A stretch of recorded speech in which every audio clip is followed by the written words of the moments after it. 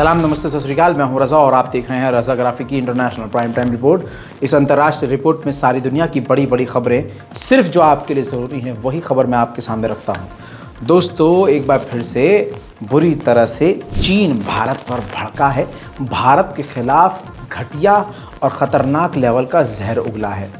Chinese electronic car company BYD Bharat में $1 billion खर्च करके, इन्वेस्ट करके यहाँ पर अपनी फैक्ट्री डालना चाहती थी और यहाँ से उस अपने इलेक्ट्रॉनिक कार के बिज़नेस को बढ़ाना चाहती थी। मोदी सरकार ने, जैसे मैंने आपको कल बताया था, मना कर दिया और कह दिया कि हमारे देश के लिए इस कंपनी का यहाँ पर होना और चाइनीज़ फैक्ट्री यहाँ भारत में होना भारत के लिए, सुरक्षा एजेंसियों के लिए ख़तरा है। भारत की जो सिक्योरिटी है उसके लिए ख़तरा है। इस पर चाइना के सरकारी अखबार ग्लोबल टाइम ने भारत के ख़िलाफ़ कई तरह के जहर उगले हैं, जिसमें कहा है कि मोदी सरकार चाइना के बिज़नेस को लगातार निशाना बना रही है। चाइना के बिज़नेस को टक्कर देने के लिए हमारे चीनी कंपनियों, चीनी प्रोडक्ट्स और चीनी ऐप और वेबसाइट को निशाना बना रही है। पिछले कई समय से ये देखा जा रहा है कि हमारी कंपनियों को और हमारे लोगों को भारत सरकार निशाना बना रही है। दोस्तों, इस तरह के कई सारे इल्ज़ाम लगाते हुए ग्लोबल टाइम ने भारत के ख़िलाफ़ बहुत लंबे चौड़े बयानात देते हुए जहर उगले हैं। उधर भारत जो है 7 सैटेलाइट एक साथ लॉन्च करने वाला है, लेकिन आज नहीं, 30 जुलाई को करेगा। वो भी भारत से नहीं, सिंगापुर से ये 7 सैटेलाइट भारत लॉन्च करने वाला है। वापस चलते हैं चीन के मुद्दे पर, तो अमेरिका को चाइना ने धमकी दी है। असल में अमेरिका की खुफिया एजेंसी CIA के द्वारा कहा गया था कि स्पेशल टास्क फोर्स बनाई जाएगी, मतलब जो जासूसों की टीम है वो स्पेशल बनाई जाएगी, चीन के खिलाफ काम करेगी और चीन पर नज़र रखेगी। इस पर चाइना बुरी तरह से भड़का और चीन ने कहा है कि इनके इस टास्क को रोकने के लिए, इस ग्रुप को बनने से रोकने के लिए हमें जो करना पड़ेगा हम करेंगे। उधर मेरे दोस्तों, मैं आपको बता दूं कि एक बार फिर से ब्रिटेन और भारत की फ्री ट्रेड की बातचीत शुरू हो चुकी है, जो कई बार फेल हो चुकी थी।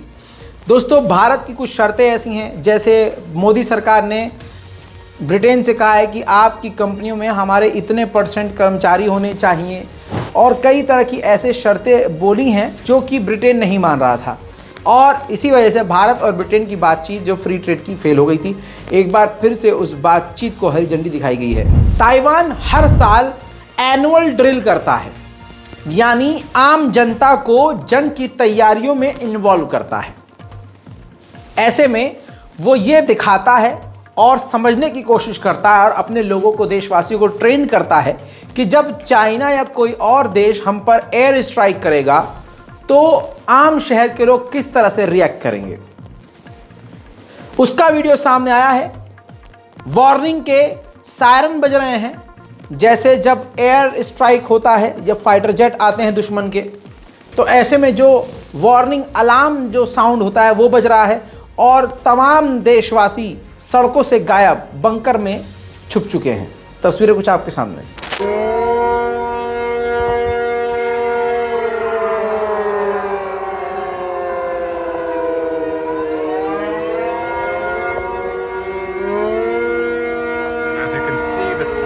Taipei have emptied out. This is the notice to all the people that they are practicing the drill today. This is the annual drill that happens every year. It has a special kind of significance for this year as the tensions between China and Taiwan have escalated. China and Taiwan have escalated. वहीं दोस्तों, China में एक gym की छत गिर गई, जिसमें 11 Chinese आम लोगों की मौत हो गई और दर्जन भर से ज़्यादा लोग बुरी तरह से घायल हो गए। चीन के खिलाफ ऑस्ट्रेलिया अमेरिका से 20 हरकुलिस एयरक्राफ्ट खरीदने वाला है। वो हरकुलिस जो जहाज़ होते हैं वो जंग में ट्रांसपोर्ट का काम करते हैं। $6.6 बिलियन की एक बड़ी डील है। उधर एक बार फिर से चाइना ने 4 सैटेलाइट रॉकेट के जरिए फिर से अंतरिक्ष में भेज दी है।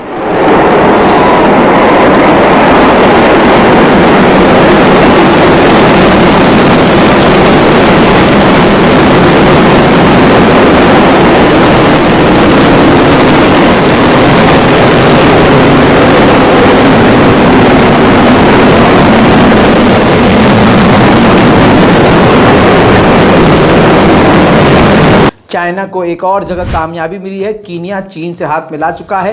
बेल्ट एंड रोड प्रोजेक्ट को कीनिया एक्सेप्ट कर चुका है और चीन के साथ अब आगे बढ़ेगा। चाइना ने जापान से रिक्वेस्ट की है कि आपने हमारी चिप की जिन जिन कंपनियों पर पाबंदी लगाई है, मेहरबानी करके उन पाबंदियों को हटा लें।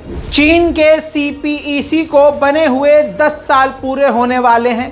ऐसे में पाकिस्तान एक बड़ा प्रोग्राम करने वाला है जिसको पाकिस्तान होस्ट करेगा और शहबाज शरीफ की सरकार को झटका ये लगा क्योंकि वो सोच रहे थे, शहबाज शरीफ सोच रहे थे कि शी जिनपिंग आएंगे, चाइना के राष्ट्रपति आएंगे पाकिस्तान, लेकिन ऐसा नहीं होगा।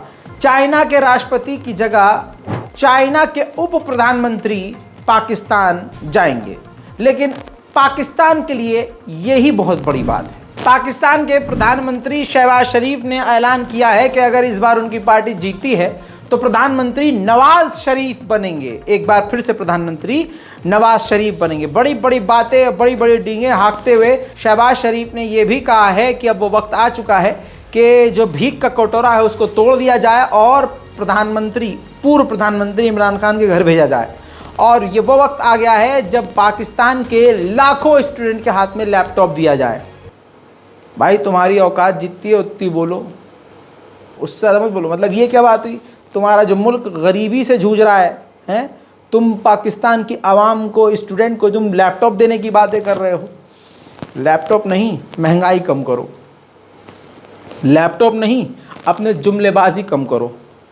लैपटॉप मत दो, तुम पाकिस्तान की आवाम को सस्ती बिजली दो अगर तुम्हारी औकात में है तो। अगर तुम्हारे में इतना दम है तो बिजली सस्ती दो, पानी सस्ता दो। ज़्यादा अगर औकात है इतनी तुम्हारी शहबाज शरीफ, तो तुम पाकिस्तान की गरीब आवाम के लिए बिजली फ्री कर दो। 500 यूनिट, 300 यूनिट, 200 यूनिट, औकात तो दिखाओ। लैपटॉप तो बहुत दूर की बात है। तुम आवाम को थोड़ी राहत दो, टैक्स कम करो, महंगाई कम करो, आटा गेहूं इनके दाम सस्ते करो, दाल चावल के दाम सस्ते करो, कीमतों पर कंट्रोल करो। लैपटॉप देंगे। लैपटॉप देखा है जिंदगी में तूने खुद?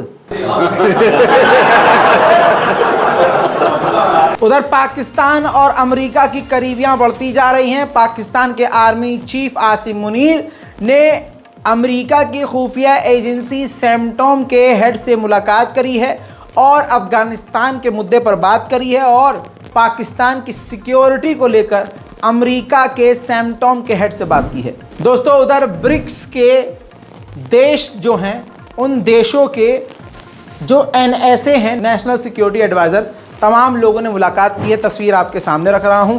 ये तस्वीर देखिए, इसमें भारत के NSA आपको सीधे हाथ से सेकंड पोजीशन पर बैठे हुए नज़र आ रहे हैं।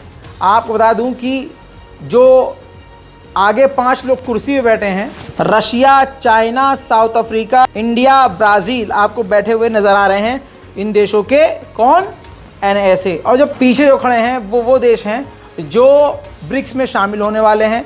उन देशों के नाम हैं बेलारूस, बुरुंदी, ईरान, UAE, सऊदी अरब, इजिप्ट और कज़ाकिस्तान। तालिबान के डिफेंस मिनिस्टर मुल्ला याकूब ने बड़ी बात कही है। उन्होंने कहा कि हमें जो मान्यता नहीं मिल रही है उसके पीछे अमेरिका का हाथ है। अमेरिका तमाम देशों पर प्रेशर बना रहा है कि हमें तालिबान को मान्यता नहीं दी जाए, लेकिन हम मुस्लिम देशों और OIC पर प्रेशर डालेंगे और बातचीत करेंगे कि हमें मान्यता दी जाए। अमेरिका हमारे इलाकों में ड्रोन से अभी भी घुसपैठ कर रहा है, उसे इस घुसपैठ से रुकना होगा। साथ ही ये भी कहा कि हम पर जो इल्ज़ाम लग रहा है कि अफ़गानिस्तान में अलकायदा है, उससे तालिबान लड़े। तो जब अफ़गानिस्तान में अलकायदा है ही नहीं तो हम लड़े किससे? नॉर्थ कोरिया का तानाशाह कितना भी सनकी हो, लेकिन साउथ कोरिया के पास उसका तोड़ मौजूद है। ह्यूम-नवू-वी नाम की एक ऐसी खतरनाक मिसाइल है जो पहले ही साउथ कोरिया नॉर्थ कोरिया को नज़र में रखकर बना चुका है, जिसकी मारक क्षमता 3000 किलोमीटर है और इसकी स्पीड 12000 किलोमीटर प्रति घंटे की रफ्तार से भी ज़्यादा है। ये न्यूक्लियर मिसाइल है, न्यूक्लियर बम भी लेके जा सकती है। ये नॉर्थ कोरिया के खिलाफ स्पेशली साउथ कोरिया ने बनाई थी और ये पूरी तरह से नॉर्थ कोरिया को मिटाने में सक्षम है। अब साउथ कोरिया ने नॉर्थ कोरिया की हरकत देखने के बाद ऐसी मिसाइलों का मास प्रोडक्शन शुरू कर दिया है, यानी भारी मात्रा में बनाना शुरू कर दिया है। अब साउथ कोरिया के पास खतरनाक मिसाइलों का मास प्रोडक्शन मौजूद है। दूसरी खतरनाक सबमरीन अमेरिका ने एक बार और साउथ कोरिया भेज दी है, जिससे साउथ कोरिया का कॉन्फिडेंस अब ओवर कॉन्फिडेंस हो चुका है और अब वो नॉर्थ कोरिया के खिलाफ जमकर बयानबाजी भी कर रहा है और एक्शन भी कर रहा है।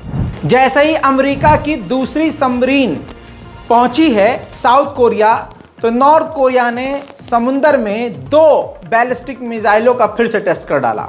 यूएन की मीटिंग के लिए कई सारे देश साउथ कोरिया पहुंचे थे, जिसमें अमेरिका के अधिकारियों के साथ अमेरिकी सैनिक भी था। नशे की हालत में वो नॉर्थ कोरिया के बॉर्डर पर पहुंच गया। नॉर्थ कोरिया ने गिरफ्तार कर लिया। मैं आपको ये खबर 4 दिन पहले बता चुका हूं।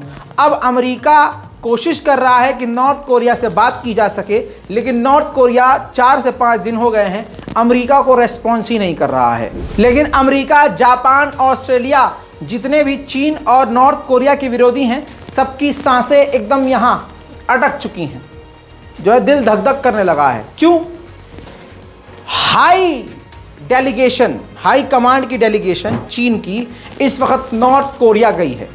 तो सोचिए, अगर नॉर्थ कोरिया और चाइना एक हो गए तो क्या होगा।